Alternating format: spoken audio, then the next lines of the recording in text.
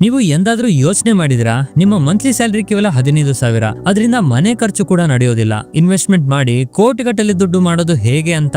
Well, ನೀವು ತಪ್ಪು ತಿಳ್ಕೊಂಡಿದ್ರಿ. ಇವತ್ತು ನಿಮ್ಮ ಎಲ್ಲ ಕನ್ಫ್ಯೂಷನ್ ದೂರವಾಗುತ್ತೆ. ಯಾಕಂದ್ರೆ ಇವತ್ತಿನ ವಿಡಿಯೋದಲ್ಲಿ ನಾವು ನೋಡೋಣ ಹೇಗೆ ಒಬ್ಬ ಮಿಡಲ್ ಕ್ಲಾಸ್ ವ್ಯಕ್ತಿ ಕೇವಲ 15,000 ರೂಪಾಯಿ ಇನ್ವೆಸ್ಟ್ಮೆಂಟ್ ಮಾಡಿ ಕೋಟಿಗಟ್ಟಲೆ ದುಡ್ಡನ್ನ ದುಡಿಬಹುದು ಅಂತ.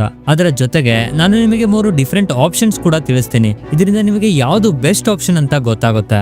ಈ ವಿಡಿಯೋದಲ್ಲಿ ನಾವು ಎಲ್ಲಾ ರೀತಿ ಕ್ಯಾಲ್ಕುಲೇಷನ್ ಮಾಡಿ ಎಕ್ಸಾಂಪಲ್ ಜೊತೆಗೆ ಹೇಗೆ ನೀವು 15ರಿಂದ 20,000ದಲ್ಲಿ ಇವತ್ತಿನ ದಿನ ಫೈನಾನ್ಷಿಯಲಿ ಫ್ರೀ ಆಗ್ಬಹುದು ಅಂತ ನೋಡೋಣ. ಈ ವಿಡಿಯೋ ತುಂಬಾನೇ ಇಂಟ್ರೆಸ್ಟಿಂಗ್ ಮತ್ತೆ ಇನ್ಫಾರ್ಮೇಟಿವ್ ಆಗಿರುತ್ತೆ. ಅದಕ್ಕೋಸ್ಕರ ಈ ವಿಡಿಯೋವನ್ನ ಕೊನೆ ತನಕ ನೋಡಿ, ಯಾಕಂದ್ರೆ ಈ ವಿಡಿಯೋ ನಿಮ್ಮ ಜೀವನವನ್ನ ಬದಲಾಯಿಸಬಹುದು. ಸರಿ, ಈಗ ನೀವು ನಿಮ್ಮ ಎಜುಕೇಶನ್ ಅನ್ನು ಮುಗಿಸಿ ಒಂದು ಕಾರ್ಪೊರೇಟ್ ವರ್ಲ್ಡ್ ಗೆ ಬಂದಾಗ ಅಲ್ಲಿ ನಿಮಗೆ ಸ್ಟಾರ್ಟಿಂಗ್ ಬೇಸಿಕ್ ಸ್ಯಾಲರಿ 15,000 ಇರುತ್ತೆ ಅಂತ ಅನ್ಕೊಳ್ಳೋಣ. ಈಗ ನೀವು ಈ 15,000ದಲ್ಲಿ ಸ್ವಲ್ಪ ಹಣ ಸೇವ್ ಮಾಡಲು ಅಥವಾ ಇನ್ವೆಸ್ಟ್ ಮಾಡಲು ಶುರು ಮಾಡಿ. ಅದರ ಇನ್ವೆಸ್ಟ್ಮೆಂಟ್ ಆಪ್ಷನ್ಸ್ ಗಳನ್ನ ಹೇಳೋ ಮೊದಲು ನಾನು ನಿಮಗೆ ಒಂದು ಇಂಪಾರ್ಟೆಂಟ್ ಇನ್ಫಾರ್ಮೇಶನ್ ಅನ್ನ ಹೇಳಬೇಕು. ನೋಡಿ, ನಿಮ್ಮ 15,000 ಸ್ಯಾಲರಿಯಲ್ಲಿ ನೀವು ಎಂದಿಗೂ ರಿಚ್ ಆಗಲು ಸಾಧ್ಯ ಇಲ್ಲ ಅಂತ ಅಲ್ಲ, ಆದ್ರೆ ಇದು ಪ್ರಾಕ್ಟಿಕಲ್ ವರ್ಲ್ಡ್. ಈ ದುನಿಯಾದಲ್ಲಿ ನೀವು ಸರ್ವೈವ್ ಮಾಡ್ಬೇಕಂದ್ರೆ ನಿಮ್ಮ ಅರ್ನಿಂಗ್ ಕೂಡ ಜಾಸ್ತಿ ಆಗ್ಲೇಬೇಕು. ಅದಕ್ಕಾಗಿ ನಿಮ್ಮ ಜಾಬ್ ಸಿಕ್ಕ ತಕ್ಷಣ ಅದರಿಂದ ಕನಿಷ್ಠ 20ರಿಂದ 30% ಹಣವನ್ನ ಉಳಿಸಿ ಅದನ್ನ 3 ಅಥವಾ 4 ತಿಂಗಳ ಕಾಲ ನಿಮ್ಮ ಮೇಲೆ ಇನ್ವೆಸ್ಟ್ ಮಾಡಿ. ನಿಮ್ಮ ಮೈನ್ ಜಾಬ್ ನ ಜೊತೆಗೆ ಒಂದು ಸೈಡ್ ಇನ್ಕಮ್ ಅನ್ನ ಗಳಿಸಲು ಶುರು ಮಾಡಿ. ಇವತ್ತಿನ ದಿನ ಒಂದು ಒಳ್ಳೆ ವಿಷಯ ಏನಂದ್ರೆ, ನೀವು ಏನಾದ್ರೂ ಹೊಸದನ್ನ ಕಲಿಬೇಕಂದ್ರೆ ಇವತ್ತಿನ ದಿನ ಹೊರಗೆ ಹೋಗ್ಬೇಕಾಗಿಲ್ಲ. ನೀವು ನಿಮ್ಮ ಎಕ್ಸ್ಟ್ರಾ ಟೈಮ್ ಅಲ್ಲಿ ಕೋರ್ಸ್ ಅನ್ನ ಮಾಡಬಹುದು.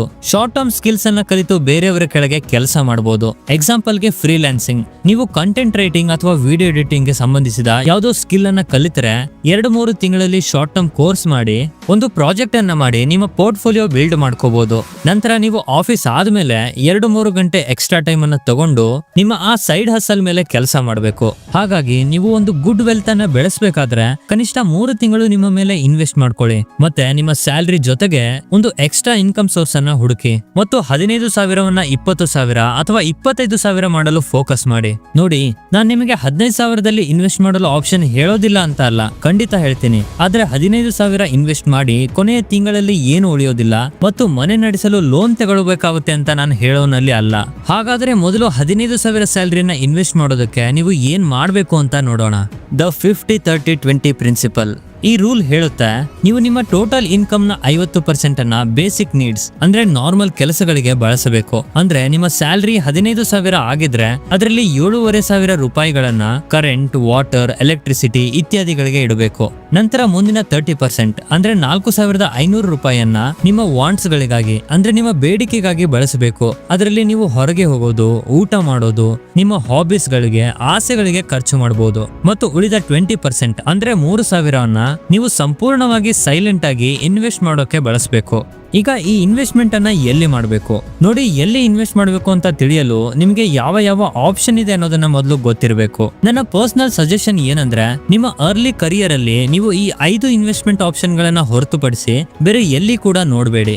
ಅವು ಯಾವ್ದಂದ್ರೆ, ಮೊದಲನೇದು FD ಫಿಕ್ಸ್ ಡೆಪಾಸಿಟ್. ಇದರಲ್ಲಿ 6% ತನಕ ರಿಟರ್ನ್ ಸಿಗುತ್ತೆ.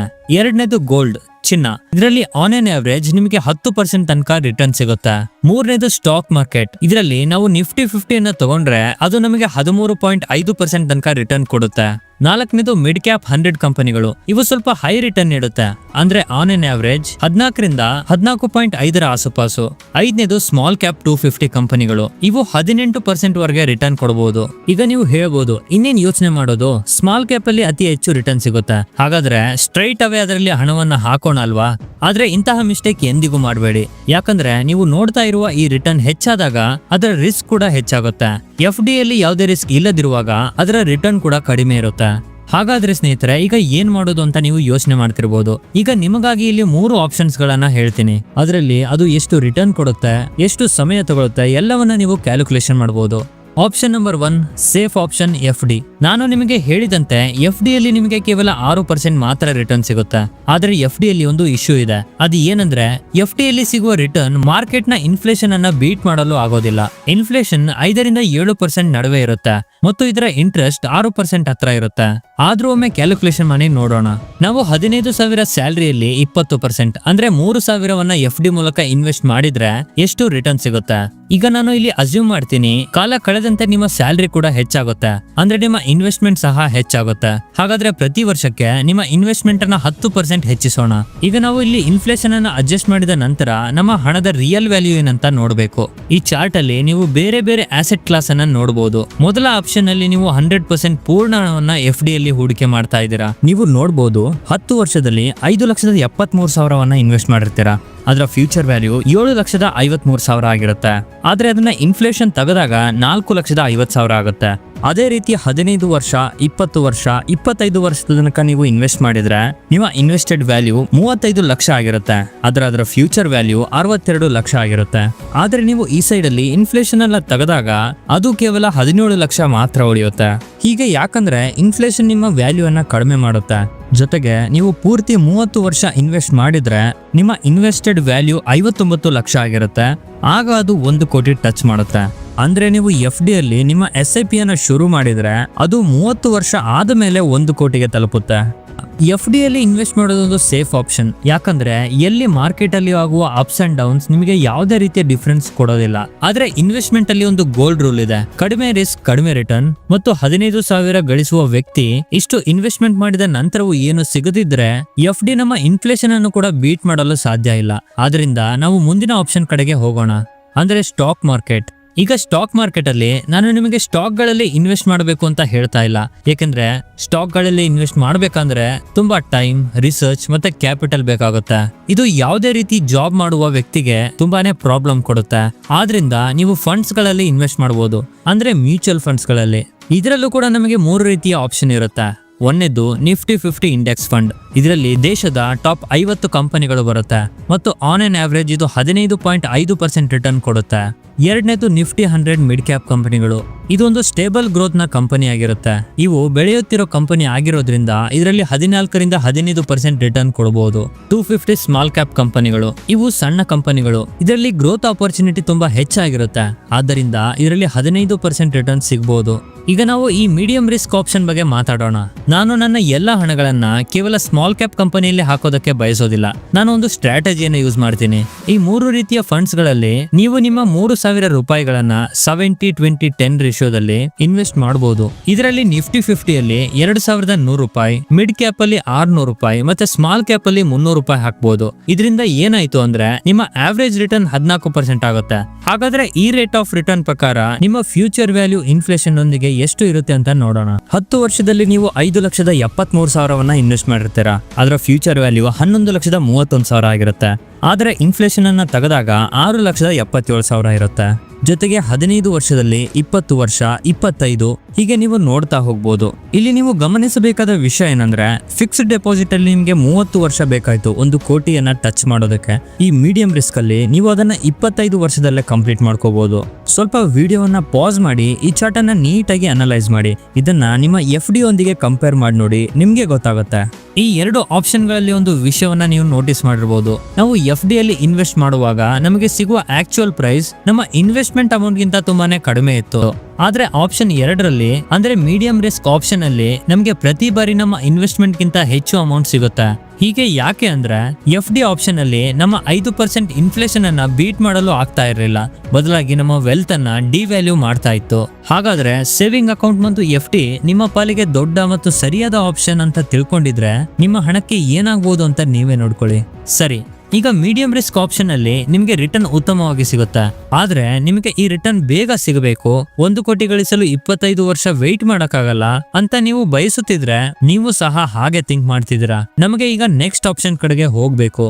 Option 3 high risk high reward. ನೋಡಿ, ನಾನು ಈ ಟೈಮಲ್ಲಿ ಅಸ್ಯೂಮ್ ಮಾಡ್ತೀನಿ ನೀವು 15,000 ಗಳಿಸ್ತಾ ಇದ್ದೀರಾ. ನೀವು 21ರಿಂದ 25 ವರ್ಷದ ಏಜ್ ಗ್ರೂಪ್ ನಲ್ಲಿ ಇರ್ತೀರಾ ಮತ್ತು ನಿಮ್ಮ ಒಪಿನಿಯನ್ ಏನಂದ್ರೆ ನಿಮಗೆ ಲೈಫ್ ಅಲ್ಲಿ ಎಲ್ಲವನ್ನು ಟ್ರೈ ಮಾಡಬೇಕು, ಎಲ್ಲಾ ತರಹದ ರಿಸ್ಕ್ ತಗೊಳ್ಬೇಕು ಮತ್ತು ನೀವು ಈ ಏಜ್ ಗ್ರೂಪ್ ನಲ್ಲಿ ಇದ್ದು ಬೇಗನೆ ತುಂಬಾ ಹಣವನ್ನ ಗಳಿಸಲು ಬಯಸುತ್ತಿದ್ರೆ ಈ 3rd ಆಪ್ಷನ್ ನಿಮ್ಗೆ ಸರಿ ಆಗ್ಬಹುದು. ಈ ಆಪ್ಷನ್ ಅಲ್ಲಿಯೂ ನೀವು 3,000 ರೂಪಾಯಿಗಳನ್ನ ಇನ್ವೆಸ್ಟ್ ಮಾಡ್ತೀರಾ. ಆದ್ರೆ ಈ ಬಾರಿ ರೂಲ್ ಸ್ವಲ್ಪ ಡಿಫ್ರೆಂಟ್ ಆಗುತ್ತೆ. ಈ ಆಪ್ಷನ್ ಅಲ್ಲಿ ನೀವು 10-20-70 ರೂಲ್ ಅನ್ನ ಬಳಸಬೇಕು. ಅದರಲ್ಲಿ 70% ಹಣವನ್ನ ಅಂದ್ರೆ 2100 ರೂಪಾಯಿಗಳನ್ನ ಸ್ಮಾಲ್ ಕ್ಯಾಪ್ ಕಂಪನಿಗಳಲ್ಲಿ ಅಲ್ಲಿ ನಿಮಗೆ 18% ರಿಟರ್ನ್ ಸಿಗುತ್ತೆ. ನೆಕ್ಸ್ಟ್ 20% ಅಂದ್ರೆ 600 ರೂಪಾಯಿಗಳನ್ನ ಮಿಡ್ ಕ್ಯಾಪ್ ಕಂಪನಿಗಳಲ್ಲಿ ಮತ್ತು 300 ರೂಪಾಯಿಗಳನ್ನ ಲಾರ್ಜ್ ಕ್ಯಾಪ್ ಕಂಪನಿಗಳಲ್ಲಿ ಹಾಕಬೇಕು. ಅಂದ್ರೆ ನಿಮಗೆ ಎಷ್ಟು ರಿಟರ್ನ್ ಸಿಗುತ್ತೆ ಅಂತ ನೋಡೋಣ.